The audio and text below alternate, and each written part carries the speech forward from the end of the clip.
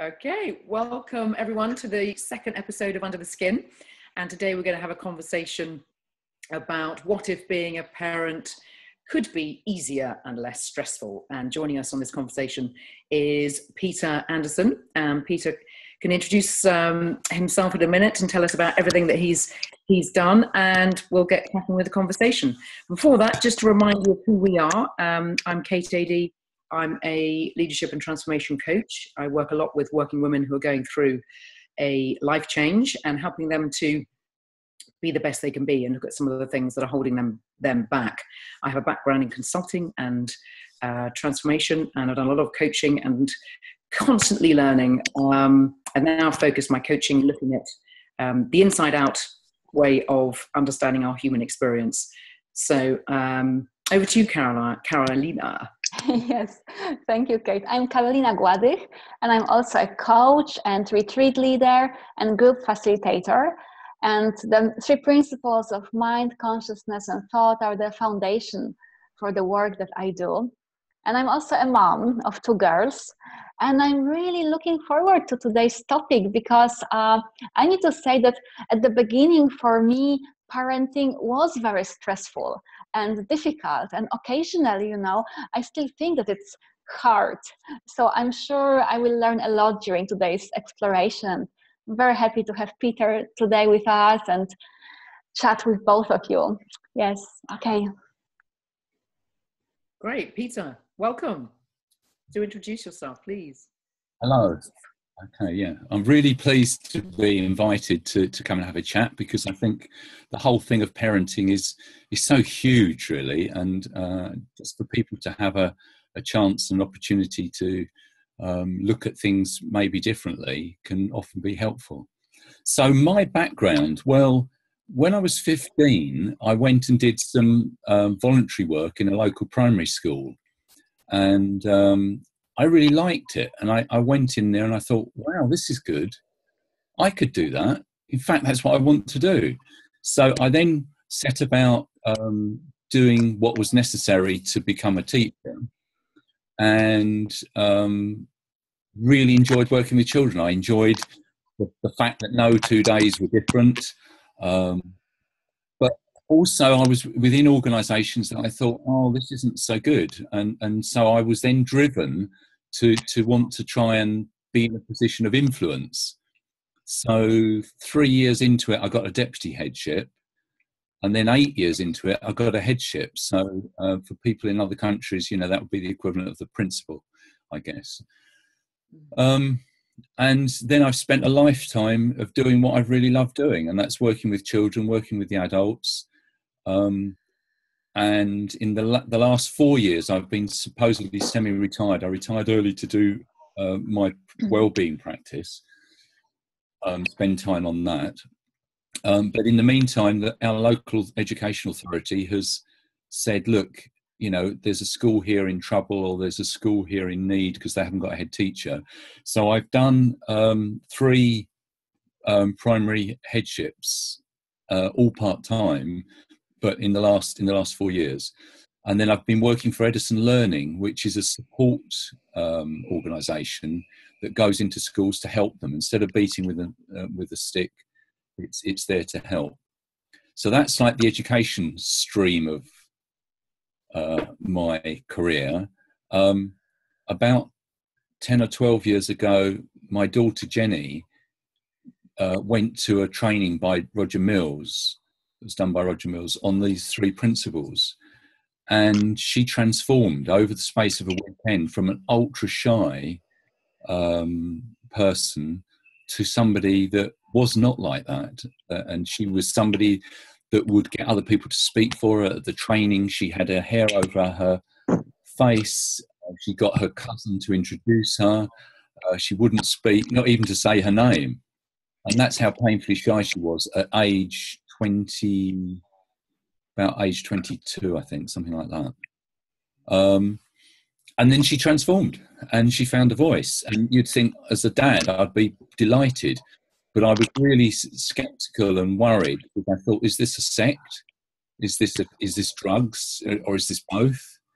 And so it took me 6 months to sort of get my head, and it's really down to Jenny, drip, drip, drip, saying, hey, there's this going on or that's going on. Listen to Sydney Banks. And I'm going, no, I don't want to do that. And she finally got me to a Jack Pransky talk in Colchester, near where I live. And I heard something in that, really. And he was talking about parenting. He was talking about working with children. But he was talking about ourselves and an understanding of how our mind works that seemed so attractive, and it felt like coming home. That's about the best way I can say it, really. I don't remember anything much in terms of content of what he said. I had a nice feeling. I had a really nice, light feeling. And from that moment onwards, I wanted to find out more about it. I mean, the one thought piece that I took away is that you don't have to believe every thought that you have. And I'm thinking, wow, that blew my mind, because every thought that used to come in my head, I'd take it as if that's it, really. that's how it has to be. So that's been a journey of awakening, and still is. And I forget where my experience comes from sometimes, and it looks like it's the outside world, and then I wake up to it. So I'll say some more about that in relation to parenting, but the bit I'd want to get out on the table really first and foremost is that I can remember going back a lot of years now. I had a chance to do some further study at Cambridge, and I was doing stuff on child development. So I sat in their School of Education in their library, and I looked round, and from floor to ceiling there were books. And they were all about child development and how to do it and how to help and what to do and what to put in place. And as far as I could look all around me, it was just overwhelming. And it made me laugh at the time. I thought that's really funny that there's so many different points of view. And so the bit that I really want to say first is that we're living in a world now where we tend to look outside ourselves for answers. So we'll go to therapists, we'll go to doctors, we will buy nice TVs, or we'll buy other consumer things, we'll buy a nice house, we'll try and find the right partner, and looking to make everything feel all right and to give us the answers that we want. And the bit that I'm really keen to explore for people is the fact that we are our own experts, that we have the opportunity to see things fresh, to get new thought, to access a wisdom that's part of a sort of universal formless energy that continually lives us, flows through us. And when we're stuck, if we can get quiet, or, my wife, she finds going out in the gardening, because she used to think for a long while it was gardening that gave her this feeling. And then she came to realise about 18 months ago, it wasn't that, it's that she just got really present because she hadn't got other stuff on her mind. But just quietening down a little bit and listening to fresh thought, to our wisdom. Often the things that are bugging us, there are answers. So that's one thing about not necessarily looking outside for the expert. And then the other thing that's really important to say right on the back of that is that every human being, including the little people in our lives, have access to this wisdom too, to this fresh thought. And so often stuff that are bugging children, and I see a lot of children in my wellbeing practice that with anxiety, with anger issues. I had a 11-year-old come in here and he folded his, I can't put my arms like that, folded his arms like that. He says, well, I've got anger issues, Peter. That was his badge of honour. That was his badge of honour, really. And he was such a nice lad. And I talked to him a bit about school, and then I went to his school and did some work with him at his school. And he was always getting into trouble. He was thumping people. He was swearing at them at lunchtime in particular. Football would be the game, allegedly, and then things would always go wrong for him. So he would end up thumping people, shouting at them, dinner ladies would say things, and then he would swear at them, and then it would go from bad to worse. And then he'd be sent in, and he was all hot and bothered and cross. And I said to him, so this is when he's calm, but I said to him, so what would make a difference for you? What would be helpful? He said, well, the first thing is that when I'm cross, everyone to stop talking to me. So I go, no, right. So he said, well, then he said, I can calm down. And I said, I've calmed down. So I said, so where could you go at lunchtime? So apparently there was a place at the bottom of the field that was out of bounds that children were not allowed to go to. So he said, oh, could I go to that? And so I said, well, we'll have to go and talk to the head teacher. You'll have to put your case. So he did. And he said, look, he felt that would really help him. And he made an absolute solemn promise he wasn't going to jump over the fence and escape, because that wouldn't have been safe. And so he came up with that as a solution. We'd also done work about where his feelings were really coming from. It wasn't from the other children, wasn't from the other people that were doing whatever they were doing, but it was a relationship that he had with his own thinking about all of that. And that was powerful for him, really. And so, when he would then, on his second visit to me, he's saying, I've got anger issues. And I was going, no, you haven't. He said, no, I've got anger issues. I said, no, you haven't. He said, I've got anger issues. I said, no, you haven't. And we did that for a bit, to the point I started laughing. And then I said to him, so what you've got is some angry thinking, for certain, absolutely for certain. If you've got angry feelings, you've got angry thinking. End of conversation. We don't need to know anymore. It's as simple as that. And so he came up with his own solutions, and it was sort of holding a space for him, giving him some time, and giving him permission to kick around some ideas. Now, transpose that over to parent. I think, I'd love to have known more about this understanding when we had, because I've got 2 girls, I should have said, and a lovely wife of however long we've been married, 43 years. So we're getting to know each other bit by bit now, in our funny little ways. But it would have been lovely in the teenage years to have known something about these principles. I've still got memories of when I did get flashes of inspiration, when I had some new thought. So an example of that is that Catherine, when she was our elder daughter, when she was, how old was she? About 16, come 17, and she was going out more. And so she'd go out and then come back late, and all the kitchen would be cleared up, and then she'd decide she was going to cook. So she'd cook, she'd sort of clear up, and then she'd take whatever she'd cooked to eat in her bedroom. And then she'd leave it in her bedroom, and she'd leave it and leave it and leave it for days and days and days. And it would go mouldy even.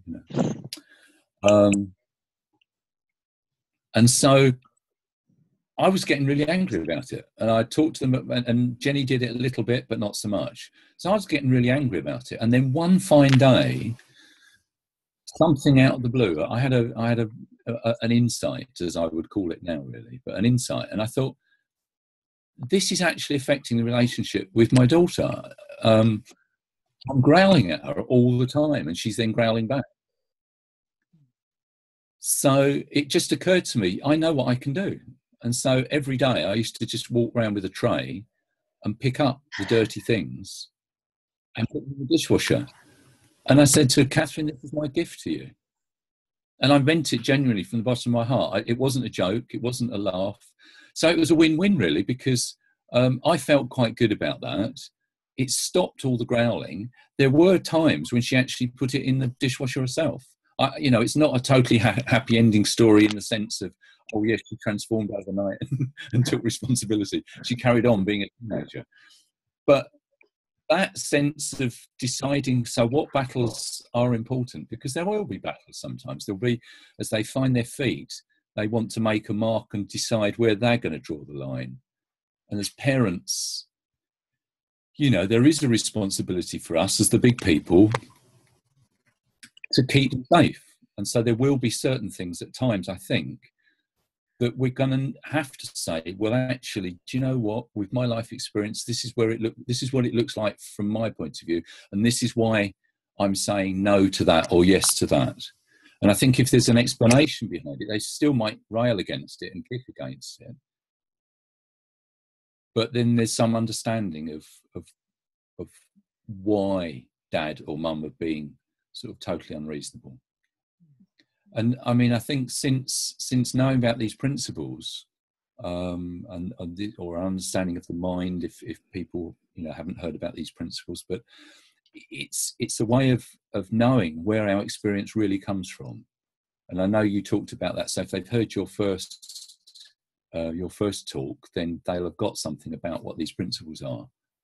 Are there likely to be people that have not heard anything at all on that, do you think? Do I need to say something more about the principles? Or Yeah, I think it would be helpful if you could say a couple of words, because I'm sure there will be people who are new to the understanding. Yes.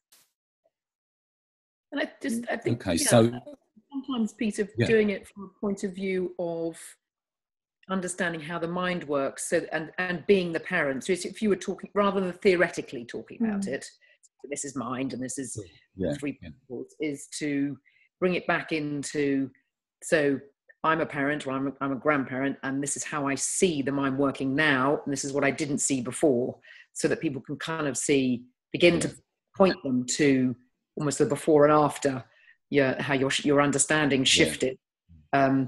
I think the listeners might connect to that more than hearing a theory, or not. It almost becomes too conceptual. Okay, so I want to talk from truth, really. So calling them principles is only just a way of saying, another word for that is truth. 3 truths that are fundamental, that are pre-existing, that whether we buy into them or we don't buy into them, they're still working. Like gravity is a principle. It's the lovely thing about gravity, it's very dependable. It isn't that on Sunday, some Sundays they switch it off, and so we have to put our heavy coat on before we go out the door so we don't float off into the universe. And Tuesday's dodgy because sometimes it's on and off. If that were true, we'd have a whole lot of thinking on a Tuesday and on a Sunday, and then we'd also be wondering, what's going to happen on the other days? Are they going to switch it off on some of the other days?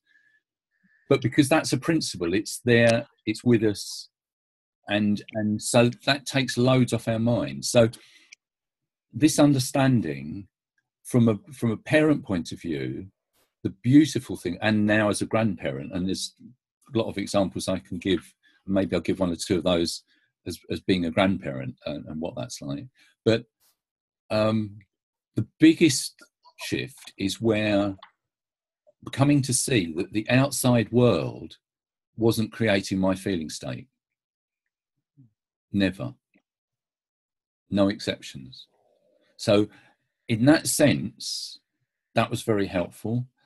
In another sense, to knowing that we've been given a continuous feedback system on our thinking. And that's our feeling state. So if you think angry, you'll feel angry. If you feel sad, you'll be thinking sad. And it's impossible to be thinking sad and not feeling that. So it's a perfect system. The system will continually keep working perfectly for us. And I think as a parent, if I'd known that more, I would have not been looking to my daughters to be blaming them for how I was feeling. And that is massive. And I think for parents to have that, it means we still get caught up in it, because it will look like as if we're living life and as if it's a camera and that we're taking pictures of the world, and that's how it feels for us. But it's not a camera, it's a projector. It comes from within us. And the film's running through, and consciousness brings it alive, so that our thinking, what we think, comes alive for us continuously, 24/7. And that, I think, in really simple terms, would have been really helpful when I had the girls growing up, when we had the girls growing up. It's altered our relationship with them now they're grown up, because we have a far easier relationship with them. We had a nice relationship anyway. I mean, I work with Catherine and I work with Jenny on doing trainings on these three principles. So we have a sort of nice relationship, but it's enhanced that relationship, and we don't take stuff personally. So then as a grandparent, I mean, we've got, yes.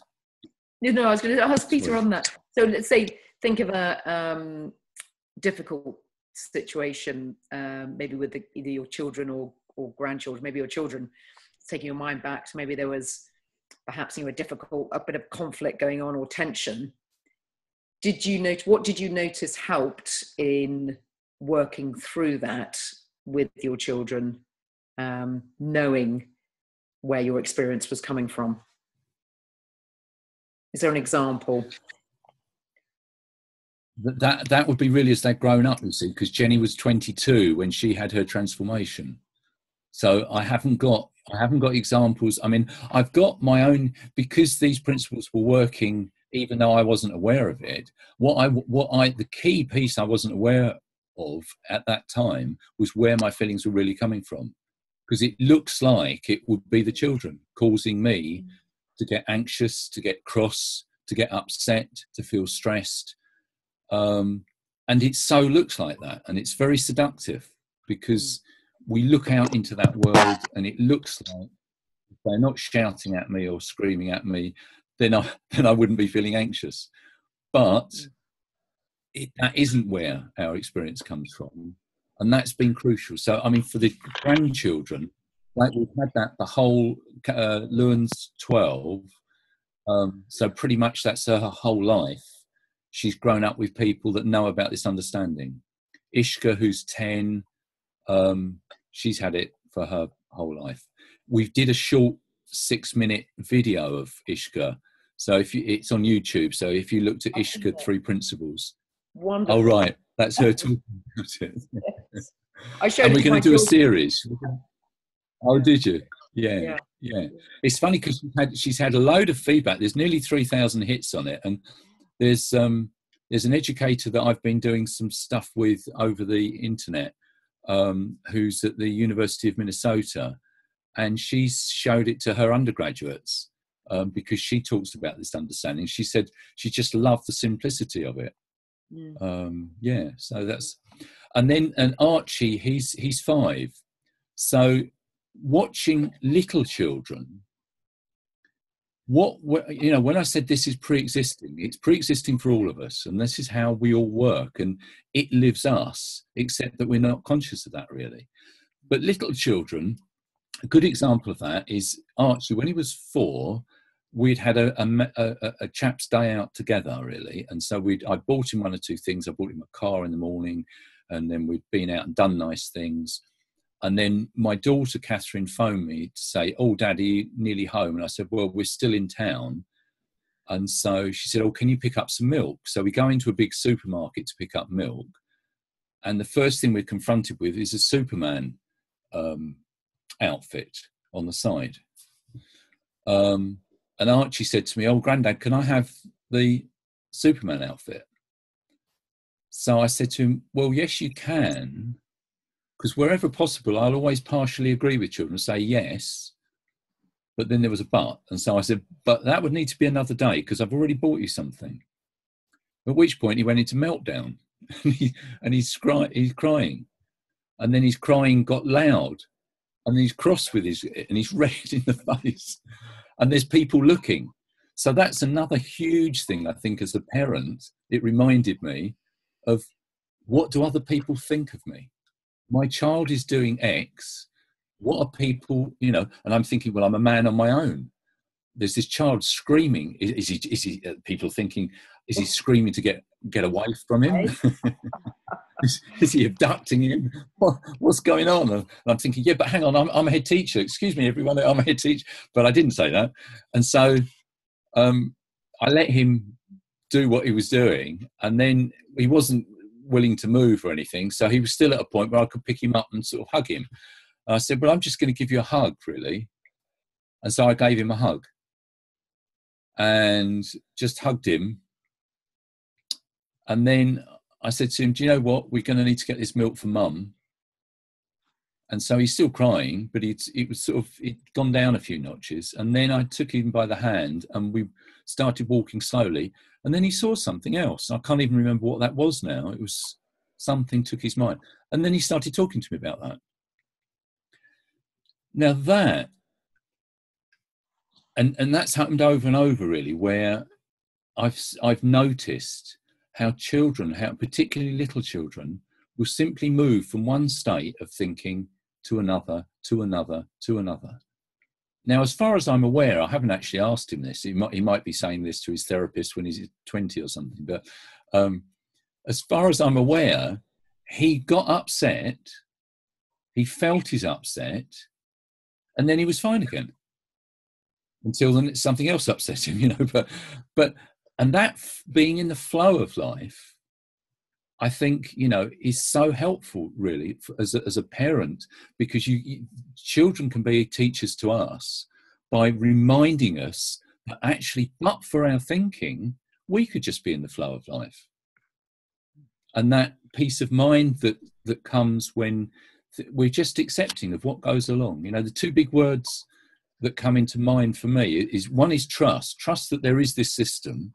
And I fundamentally, wholeheartedly, from the bottom of my heart, know that this system is how it is that we experience life, because I've just seen so many examples show up for me, and it's changed my life so brilliantly and been so helpful. But with little children, they can just move from one thing to another. They don't stop to analyze it. He wasn't, as we were in the car, as far as I'm aware, because he's chatting away to me, he wasn't thinking.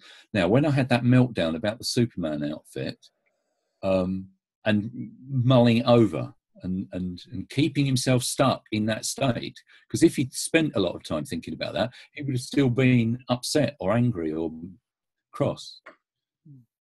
But he just let it go. Yeah. Sorry? Did you think, yeah, I'm just curious, because the word love comes into my mind as I'm hearing you talk there, and the action that you took saying, I'm going to give you a hug. And I wonder whether, you know, just exploring that a bit in terms of connecting with children on the feeling of love, more so than perhaps we get caught up in our own thinking about the shoulds and we need to do this and you need to do it this way, and being a little bit more, I suppose, you know, the parent, you know, the parent, I'm the adult, I know, versus really slowing down and tuning in and to that and sharing that feeling of love. Yeah, I'd love to hear your view in that, maybe in relation to your example or another example. Well, I think, you know, the first thing to say on that really is that we're all doing the best we can with the thinking that we have.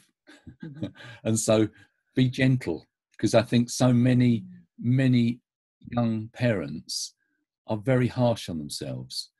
You know, in my world, it looks like there's a committee in our heads.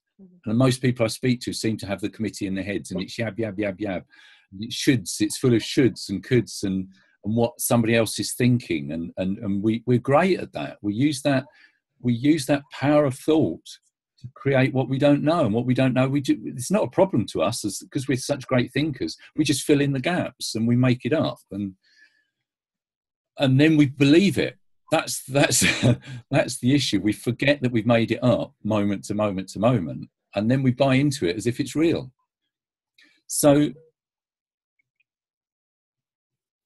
the question about, from a parent's point of view, would be, I think, that first of all, becoming aware that we have this committee in the head, that continually is running, if we're not careful, some sort of dialogue that's going on about how we are, what we should be doing. And so that can drive us away from our sense of our core sense as a parent, really. And I think you've hit the nail on the head. The word that I definitely would want to use is love. And so there's love in a personal sense of love, but there's love, you know, I love the children in my schools that I've worked in. And that's not a personal love, but I would love them. I would give them space and time.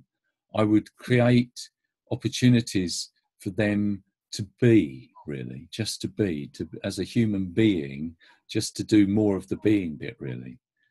And there's something that's, for me, is spiritual, really, that there's a connection that beyond any of the words. Sydney Banks talked about that, the guy that first had the epiphany about this understanding, but talks about looking beyond the words and looking for a feeling. And there is a nice feeling that when you connect, when you come, even if you're saying more difficult things, no, you can't do such and such, when it comes from a good place, what I found is that so often children are so accepting. In my role as head teacher, I would be the last link in the trail, really, so that if somebody's misbehaving at lunchtime, and I keep going to lunchtimes because that's the tension time in schools, really, where there's 300 or 400 children all out playing, all seeing the world differently and trying to get along, and learning how to get along, really. And so often I'd be sent out because so and so's refusing to go in, and they've been rude and etc. And the child would be expecting me to come out and be cross with them. And I'd come out and like, if it was in sort of October time, we had these huge conker trees going down the side of our field. And I might come out and say, have you seen those conkers up there? They look like they're ready to fall. And we'd start having a conversation about conkers. And then at some point when it felt right, I'd say, do you know what? It's cold out here. Let's go and talk inside. And then I'd just turn around and walk off, 100% thinking that they're going to follow me.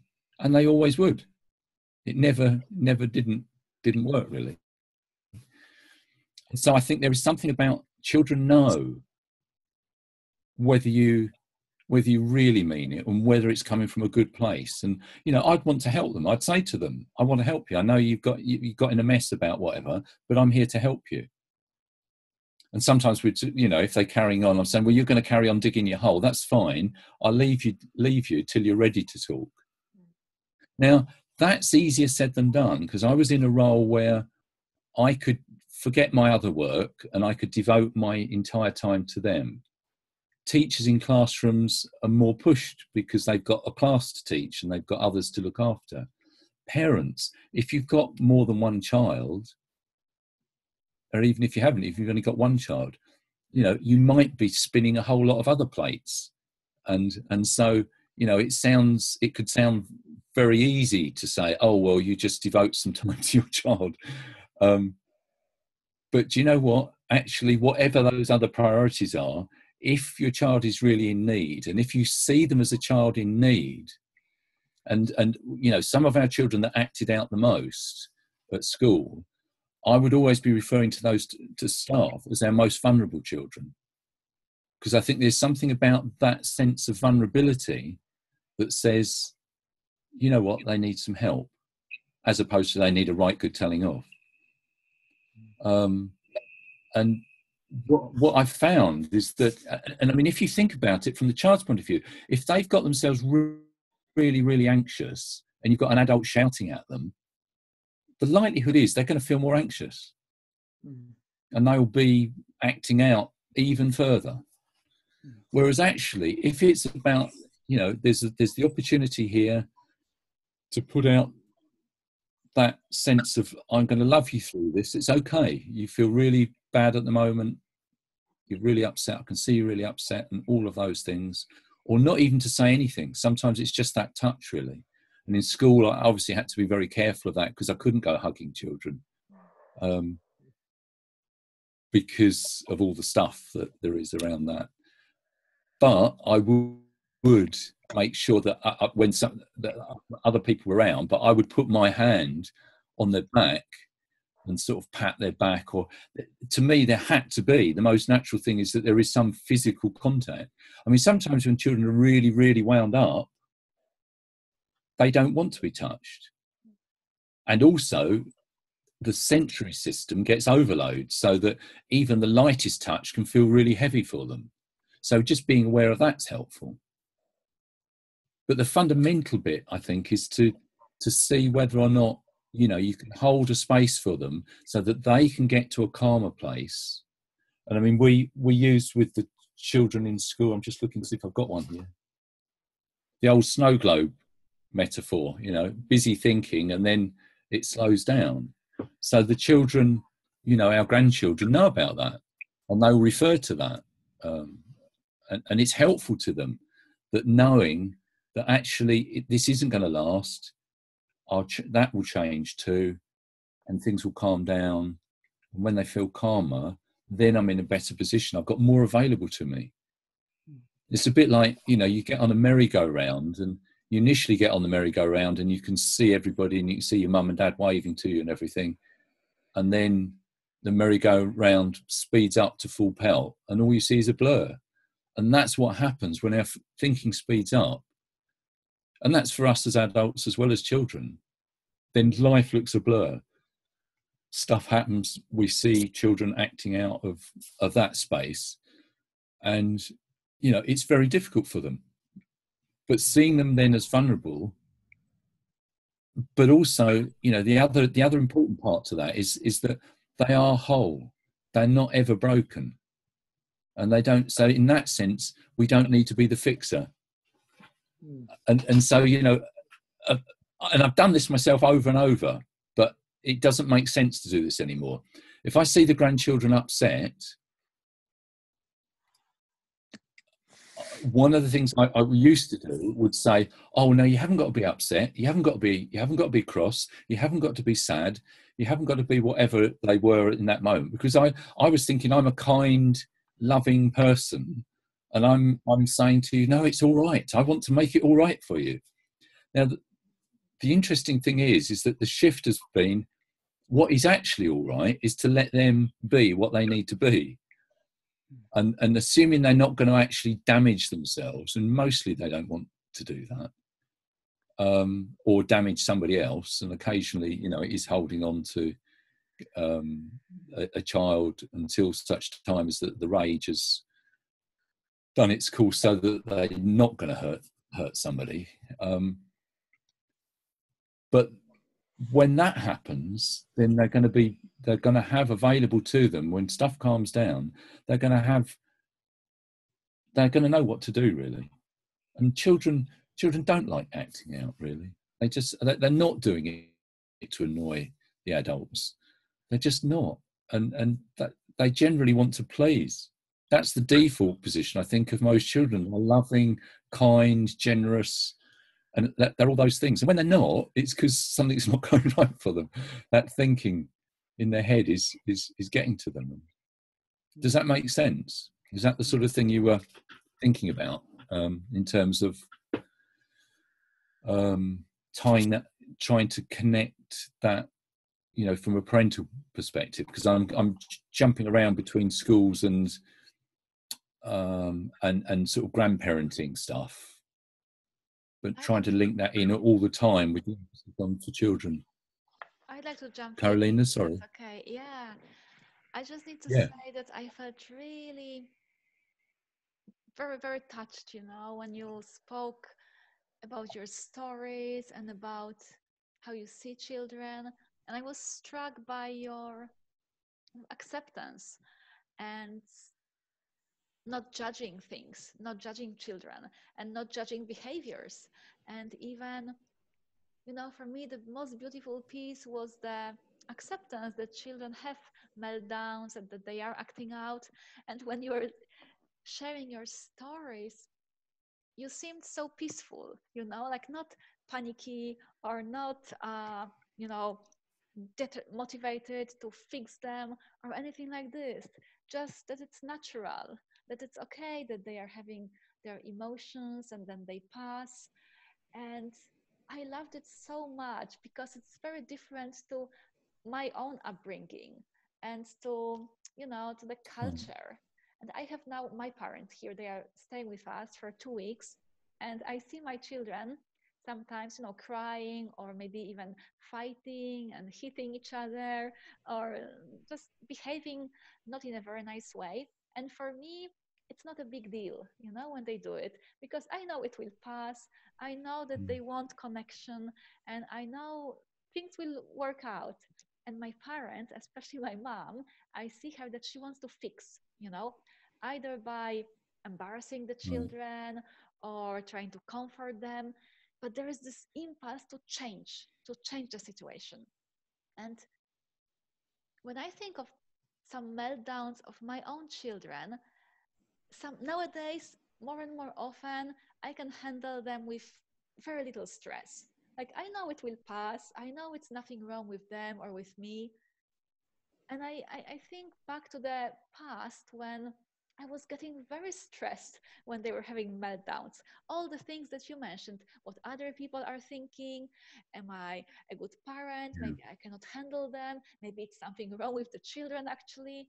And it was so much thinking and so much resistance to the situation, to what was. I wanted it different, you know? And then it was the thinking, how hard it is. But it's not hard because a child is crying for 15 minutes. I think it's hard because we think that it shouldn't be this way and that we feel responsible for changing it. And that's why I loved so much your calmness and your acceptance with just how things are.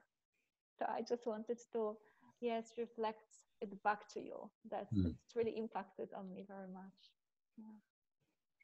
And Carolina, that's just sparked a question in my mind for you, Peter, around, and in fact, I can think an example myself, and this was probably about a year ago. I've got 3 boys, so a lot of physicality, a lot of, but particularly our boys, because they are big and boisterous, and I got to the point, and I can remember it, of just enough was enough and exploding. So I'm just kind of looking at it from that point of when we do show our own strong emotions, you know, feeling angry and showing that frustration. And because I know that where it's coming from, and I know it wasn't them, I know it was me, I was able to let it go, and also just to demonstrate, I suppose, to the boys that it happens to all of us. Look, mummy's exploded. And it's not going on. I'm not continuing to explode. But I think I would like the message in that part from me, and I'd be interested to get your view, is that's okay. It's okay to explode. What we're not saying is you have to be calm and happy and nice and all lovely and loving the whole time. You know, we're not the happiness brigade. No, that's a really important point, and I'm glad you brought it up, really, because if that's the impression, that's completely not it. We are human with warts and all, really, and we're living this human experience, and there's going to be times when completely what's in front of us looks like it's that's causing us to feel really cross, and it's just enough to blow your gasket, and you blow your gasket, and that's okay, and that's okay too, because, you know, I think that's where I'm saying, that committee, that judgment, that self-judgment that we all have of one sort or another. And I think the as young parents particularly, because children don't come with a handbook, there's a sense that, you know, we make this up as we go along, and are we doing it right? Is this right? Is this wrong? And the more people can settle down to think, do you know what, I can make decisions about my child when they are at a point, when they're, say, a baby, when they're starting to express themselves some more, then actually I can ask them, you know, what is it you need? What would you like? What would you like to happen? But certainly, I think that, you know, I'd love it that I just felt in the flow of life all the time. And by in the flow of life, you know, what I'm not saying is feeling all loving and happy and joyful. I mean, you know, actually being okay with feeling really grotty, feeling really anxious, feeling really cross, feeling depressed, that I'm actually okay with that, because I know that will pass too. And so, in a way, that sense of, you know, we are all doing the best we possibly can, given with the thinking that we have at that moment, It's not a get out clause, but it's just a truth. It's a truth, because otherwise you would do something different. If you'd had other thinking available to you when your boys were doing what they were doing, that you blew the gasket, you would have done something different. But that's what occurred to you in that moment, and that's okay. That's okay too. And I think we, unlike Archie, in the situation where he's cross, he wasn't cross, he's cross, now he's not cross. He wasn't doing any analysis of that period of time. What are we great at doing? We'll rerun those stories in our heads, and we could have, should have, might have, and all of those things. And yet we're human beings. And my goodness, we get tired, we get hungry, just as children do, and then our resilience goes down for a while, and then it comes back again if we leave it alone. So I think that's a great point, because that would have sold this little story very short if people thought this is all about being happy and smiley and lovely with your children all 100% of the time, because that's just not on the cards, really. We're gonna ebb and flow. And I think, just as we live with the seasons, just as we breathe in and we breathe out, there is an ebb and flow to and rhythms to our lives. And I think if we can accept that, then it can take a lot off our mind. And I think certainly parents have got, more than enough on their minds. When I've seen them going along with bags and pushchairs and things and trying to get all their crew together in time for school, I've got nothing but admiration, really, for how people manage all those things. So I think, another big message is be kind to yourself. Don't beat yourself up as hard, because we do that. And yet actually a little bit more gentleness, what we'd probably offer to our children in our best state, what we would offer to them in terms of how we would care for them and show them that we cared. If we could do that for ourselves first, the metaphor for me is the good one that I haven't thought of another one since, you're in the aeroplane and out drops, they lose the cabin pressure and out drops the oxygen mask. And they say, fit your own mask first. Even if you've got children, you fit your own one first. So that sense of looking after ourselves first is really important, because then we're going to be available. We're going to be more able to do the best we can by our children. And I think, it's not being a perfect parent, it's being good enough. And by good enough, I just mean that you love them through it, really. You try and love yourself through this life, and you love others, and you love them in the broadest sense of loving them. And then they'll know that beyond any words you speak, whatever, if they're wonderful words or horrible words, but they'll know that underneath it, that's what they feel. And that, I think, as human beings, I think if we all have that sense of connectedness, then that's very special, and that is beyond any words that we can, I'm waffling now because I can't think of the right words to say, but do you know what I mean? That so it's fundamentally that and so it isn't about being perfect, because we're not perfect, and it doesn't have to be perfect, and nobody says that it needs to be perfect, but we think it should be, because we'll have little models in our head about how I should operate and what I should do and how to be. And yeah. And actually within our title, we've got the word, making it easier. It's a lot easier and less stressful. So I'd be, the fact that we've got that word and we've been talking about the inside out, just to point people to, if they are feeling stressed, let's go back to that, that understanding again, just to reiterate. But when a parent does feel stressed, what could you say to them? Well, would you like a cup of tea? Some cake? Cake and tea. Yeah, that's a good start, isn't it? Yeah. I mean, sometimes that's if somebody's in a stressed state and they're actually talking to me, it will be just to listen, really. and listen with not much on my mind, as much as I can wipe my mind clear and just hear them fresh, really, and hear what is it they're really saying. And sometimes people just need to say that stuff. They say it, and then that's good enough. Yeah. And actually, they're not looking. You see, if you don't see yourself as the fixer, it takes loads off your mind, because instead of having to stand there and think, oh God, now what smart thing can I say now? If it's just about, well, I'm just absorbing whatever's coming along, and something might occur and something might not occur. But when people are feeling really stressed, I don't know. It's when you're not feeling really stressed. It's, do you know what helps? Yeah. Do you know what helps? You know, is it that if you can go away in another room, you know, if your children are old enough to leave, that you can go and just go and make yourself a cup of tea. My parents used to come from the East End of London, and so tea was the answer to everything. So, you know, if you're happy, let's have a cup of tea. If there's a disaster happened, let's have a cup of tea. If we're celebrating, let's have a cup of tea.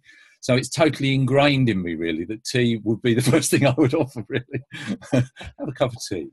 Have a cup of tea. But there's something about sharing that's beyond any words, really. That's just, we just have, you know, if my wife and I fall out, my way back in is I say, oh, do you fancy a pot of tea? And if she goes, well, no, I know that it's too early yet. We haven't subsided enough yet.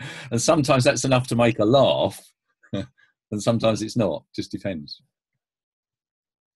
But yeah, I think that whole stress, that whole, you know, knowing, it's great knowing about where our feelings are coming from, but we get caught up nevertheless at times, and we forget that it's not our children that's creating it, and it will look like it's that.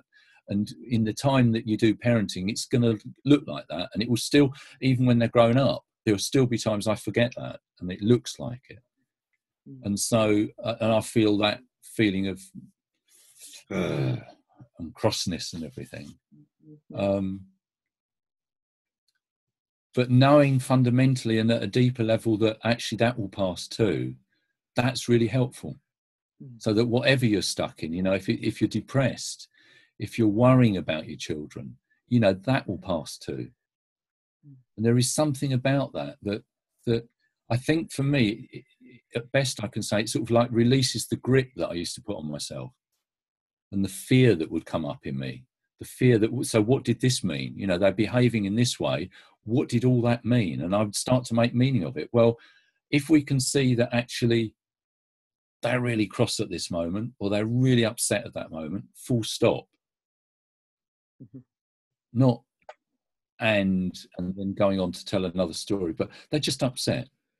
And it doesn't mean anything. It doesn't mean they're going to turn into a killer later on in life because they've stumped their sister or brother, or it doesn't have to mean that. It really doesn't. And it can just mean that they're upset at that moment in time. And the best they had available to them was to go and thump somebody. Which we're not advocating that, because, you know, it's not the best outcomes. Often it's not the best outcomes, but yeah. Is that helpful? Yeah. Very, very, yeah. Very helpful. I think it's a beautiful way of helping someone just be who they are and just begin to, as you say, be kind to themselves and begin to notice. Maybe I'd say sometimes I just, you know, in terms of what we've been on a journey in order, I suppose, to get this understanding, but that doesn't necessarily they need to. By listening to this and being curious, they could begin to perhaps see their mood states as that's okay to be in different moods. I don't have to be in a mood for a very long time because I know I'm going to come out of it. I think your examples would be fantastic. Yeah, Carolina. Yeah, I love And that intelligence behind life. Sorry, go on. No, Carolina. Go ahead, Peter. It's okay. There is a little bit of delay. What I was just going to say was that intelligence behind life that's available to us all the time will bring stuff to help us, and it sort of got our back all the time. I don't know if you've ever seen that poem called, I think it's Footprints or something, and it talks about somebody and walking with God or walking with Jesus, and they're walking along the sand, and and there's 2 sets of footprints, and then this person says, you know, why is it, Lord, that you left me at the times were the hardest in my life? There was only 1 set of footprints. And he says, my son, that's when I carried you. Mm. And Beautiful. I think there's something, you know, that we are being lived really by these principles. And there is an intelligence that's beyond our little mind intelligence, that actually, if we can trust in that, it's got our backs. And we're walking through life with a safety net. So a lot of the stuff that frightens us, you know, actually needn't be as frightening as it seems in the moment. And I think if people could just not be afraid of their own experience, would be so helpful. We take so much angst out of life. Carolina, what were you going to say?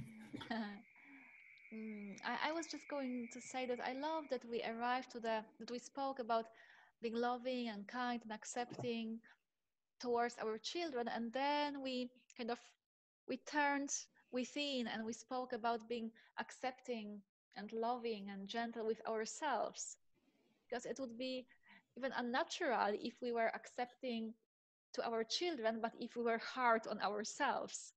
I think that children learn so much from just observing us and seeing how we treat ourselves. And and I loved that you talked about the intelligence carrying us, because it just takes so much worry of our mind. And you know, and I love the cup of tea. It's not a metaphor, but for me, I'm not English, but when I hear a cup of tea, what comes to mind is kind of comfort. And when someone is stressed and upset or worried or angry, it's such a loving thing to help them bring some comfort and come back and settle a little bit.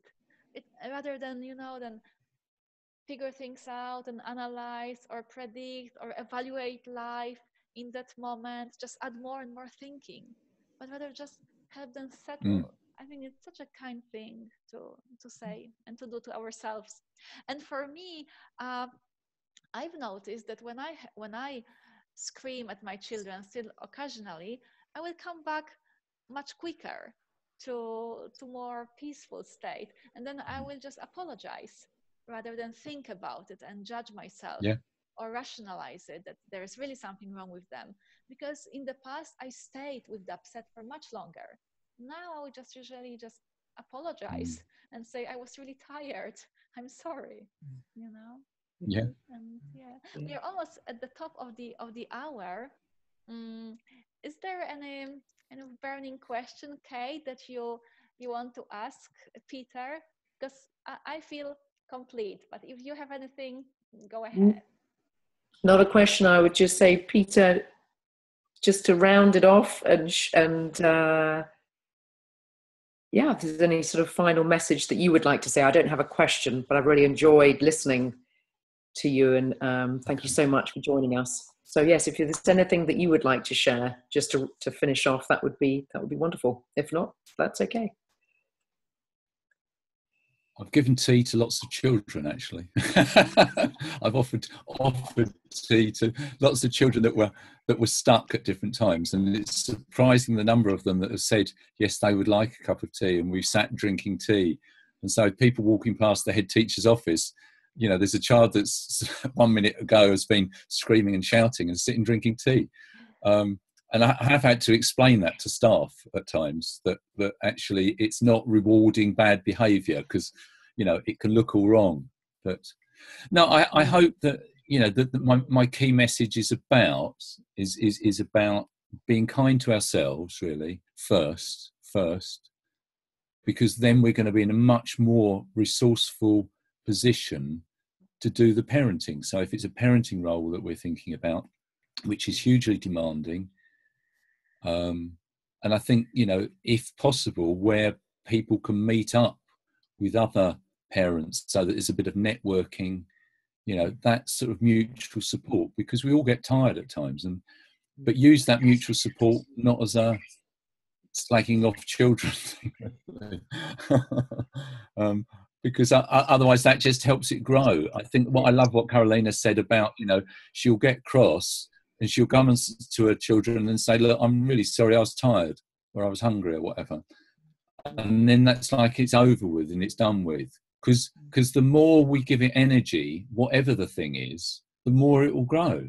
And it will just grow. And I mean, with children, a metaphor I often use is that if that 100,000 plus thoughts that we have a day is like little individual snowballs, most of them pass us by and we don't even notice them. But every now and then there's one that we grab onto and we start rolling it around and it becomes big and fat and huge. And yet the moment we step away from it and leave it there in the sunshine, the system will take care of itself. And our thinking's like that. If we can step away from our own thinking and just realise we're getting caught up in it and go and make ourselves a cup of tea or whatever occurs, then actually that snowball of thinking, that stuck thinking, will just disappear of its own accord without us needing to do anything. The more we try, the more we do efforting into it, the more it's going to grow, because we're just adding more and more. It's so yeah.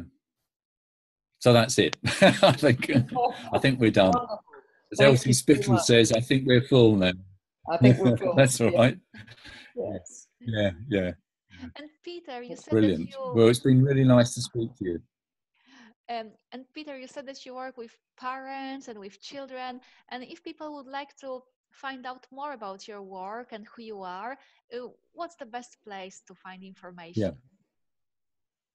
Okay, so my website is andersonwellbeing.com.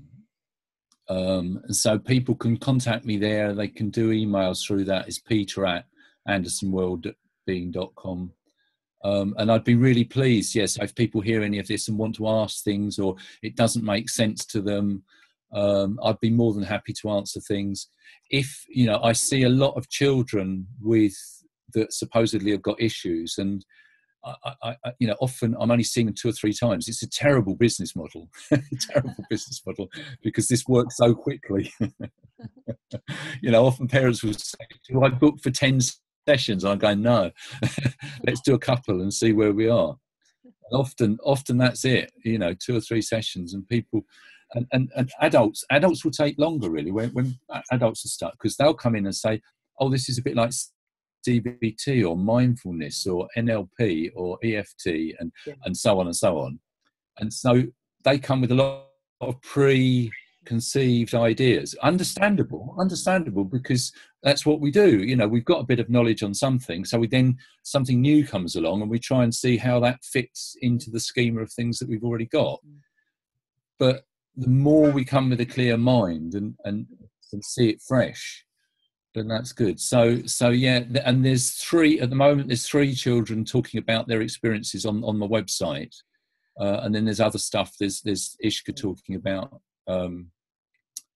what it's been like growing up, having people knowing about where our experience comes from. And so she's got advice for people in that, which is funny. Yes, and the videos are really wonderful. Yes, I encourage everyone to check them out. Yes. Thank you so much, Peter, for joining us. It was such a pleasure. That's okay, brilliant. Yeah. It's a lovely series that you're doing. So I look forward to hearing to the next one. Thank you. Yes, we have some other guest speakers coming, so we're looking forward to it. Brilliant. Yes. Right. So thank you so then. Much. Okay. All right. Now we sign off now. Yes.